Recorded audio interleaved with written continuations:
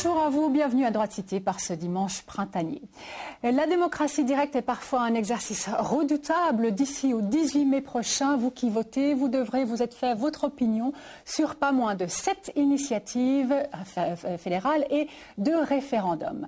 Pas facile, on en conviendra. Donc nous avons décidé à Droite Cité de vous proposer une série de débats contradictoires pour vous aider à vous faire votre opinion si besoin.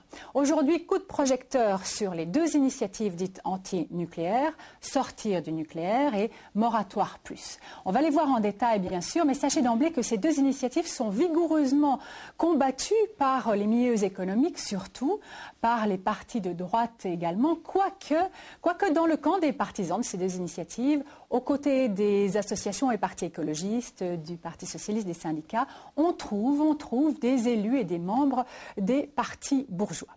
Alors faut-il sortir du nucléaire, abandonner le nucléaire demain, après-demain ou jamais? Par quoi remplacer cette énergie? Est-ce que nous avons les moyens technologiques, les moyens financiers de la remplacer? Ce sont quelques-unes des questions que posent ces 2 initiatives. Et pour en débattre, j'ai le plaisir aujourd'hui de recevoir dans le camp des partisans Isabelle Chevalet et Christian Fansinger. Du côté des opposants, Serge Beck et Martin Pfisterer. Et chacun sera épaulé par 2 voix supplémentaires que je vous présenterai par la suite. Un mot encore pour vous dire que je ne vous proposerai pas aujourd'hui de nous appeler ou de nous téléphoner. Dans ces débats d'avant-votation, vous comprendrez que nous sommes extrêmement attentifs à donner autant de poids à l'un et l'autre des camps. Or, la tendance majoritaire qui pourrait se dessiner à travers vos appels ou vos emails, d'abord ne serait pas le résultat d'un sondage scientifique et puis pourrait faire pencher la balance d'un côté ou de l'autre. Voilà l'explication. Je vous propose de commencer tout de suite ce débat par la plus radicale des 2 initiatives antinucléaires. Elle s'appelle « Sortir du nucléaire ». Et qu'est-ce qu'elle demande? Eh bien, elle demande exactement, premièrement, que les centrales nucléaires existantes soient progressivement désaffectées, ce qui contraindrait nos 5 centrales à fermer les unes après les autres. La dernière, Leibstadt, devant être hors service en 2014. Et pour remplacer l'énergie électrique que ces centrales ne fourniront plus, il faudra avoir recours à des sources d'énergie non nucléaires. L'électricité ne devra pas non plus être produite par des installations qui utilisent l'énergie fossile, sans récupérateur de chaleur. Et enfin, 3e point fort, l'initiative Sortir du nucléaire exige que le combustible irradié ne soit plus ni retraité ni exporté. Je commencerai avec vous, Isabelle Chevalet. Vous êtes la coordinatrice romande du comité pour un choix responsable, un comité de droite. Vous-même, vous êtes libérale, alors que votre parti dit non à ces initiatives. Au fond, pour quelle raison vous demandez vraiment à ce que l'on sorte qu'on abandonne l'énergie nucléaire? Écoutez, ça fait 50 ans qu'on connaît l'énergie nucléaire et après 50 ans, on s'aperçoit que c'est une énergie qu'on maîtrise mal et qu'on ne sait toujours pas gérer ses déchets. Il est important maintenant de se tourner vers l'avenir. L'énergie nucléaire est une énergie du passé et nous estimons qu'il est important de planifier l'arrêt de nos 5 centrales nucléaires afin que les énergies alternatives puissent se mettre en place. Voilà, à Serge Beck, au fond, une question qui est posée de manière sous-jacente, est-ce qu'on ne devrait pas planifier, comme Mme Chevalet le dit, vous êtes Conseil national, vous connaissez bien, vous êtes libéral aussi, hein, co-président du comité suisse 2 fois non, est-ce qu'il ne faudrait pas planifier des énergies renouvelables pour sortir du nucléaire avant qu'une catastrophe ne survienne ou que l'on découvre des fissures dans les centrales nucléaires, ce que craignent les opposants? Les adversaires, pardon. Écoutez, je crois que contrairement à ce que dit Mme Chevalet, d'abord, l'énergie nucléaire est surtout une énergie du présent dont nous avons besoin pour passer aux énergies futures. Je crois qu'il faut avoir les pieds sur terre et être réaliste et se rendre compte que vraisemblablement, pas avant 30, 40, voire 50 ans, nous aurons des énergies de substitution. Actuellement, il y a des priorités dans le domaine de la protection de l'environnement, dont la maîtrise de la production de CO2 et l'énergie nucléaire, en combinaison avec l'énergie hydraulique, offre actuellement à notre pays des possibilités de production qui sont idéales. Donc vous dites on ne sortira pas du nucléaire ni demain, ni après-demain, ni jamais? Ah non, je ne dis pas jamais, je dis que l'énergie nucléaire est la meilleure énergie de transition en attendant le développement d'autres énergies, y compris la fusion de l'atome, parce que je crois qu'il faut sortir de ce débat caricatural qui lie Hiroshima et la production d'énergie nucléaire. Réponse, Mme Chevalet? Oui, alors tout d'abord pour le CO2, il est clair que l'énergie nucléaire n'est pas un palliatif au problème du CO2. Le CO2, on le résoudra quand on aura attaqué les vrais problèmes du CO2, à savoir les transports. Mais ça, évidemment, ça ne fait pas très plaisir à une certaine frange de la droite. Alors, parmi les arguments que vous, partisans de ces initiatives, avancez, il y a aussi celui qu'on connaît peut-être un peu moins, qui est le vieillissement des centrales. Il faut savoir, pour mémoire, il faut savoir que nous avons 5 centrales nucléaires en Suisse.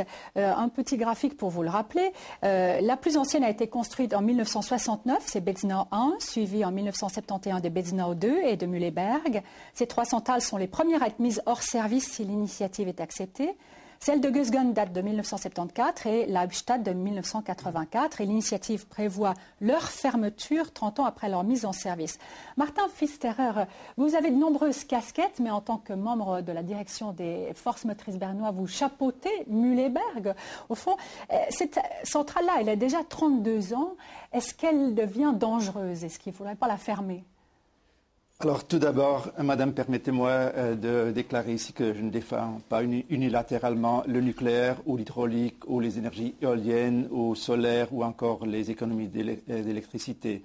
Mais je défends les intérêts des clients de nos entreprises électriques suisses et je défends les intérêts de l'approvisionnement sûr en électricité. Pour ce qui est du vieillissement de Mühleberg, je vous dis, cette centrale peut arriver à une durée de vie de 50 ans, 60 ans. Donc, on est à la moitié. Il y a des installations sœurs aux États-Unis qui ont déjà aujourd'hui l'autorisation de produire jusqu'à 60 ans. Donc, il n'y a aucun problème. Aucun problème. Monsieur Van Zegher, qu'est-ce que vous répondez, vous qui dites justement il faut sortir du nucléaire parce que ces centrales qui vieillissent sont problématiques? Oui, elles vieillissent et elles vieillissent mal. Vous devez admettre que la jupe du cœur de la centrale de Mühleberg a des fissures. Et malgré les mesures que vous avez prises, ces fissures continuent à devenir, chaque année deviennent plus grandes.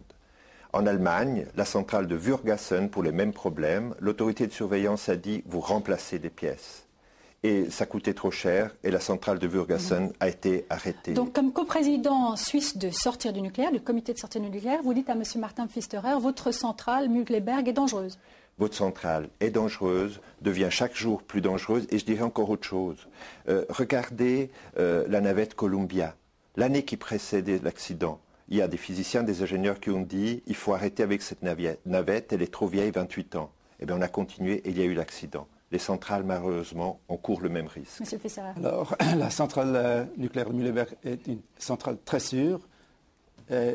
Toutes les 5 centrales nucléaires de Suisse sont parmi les plus sûres au niveau mondial et on investit beaucoup, on a toujours investi beaucoup pour maintenir ce standard de pointe pour qu'il y ait de la sécurité. Pour les fissures que vous avez citées, donc ça, ce n'est pas un phénomène qui touche à la sécurité de la centrale.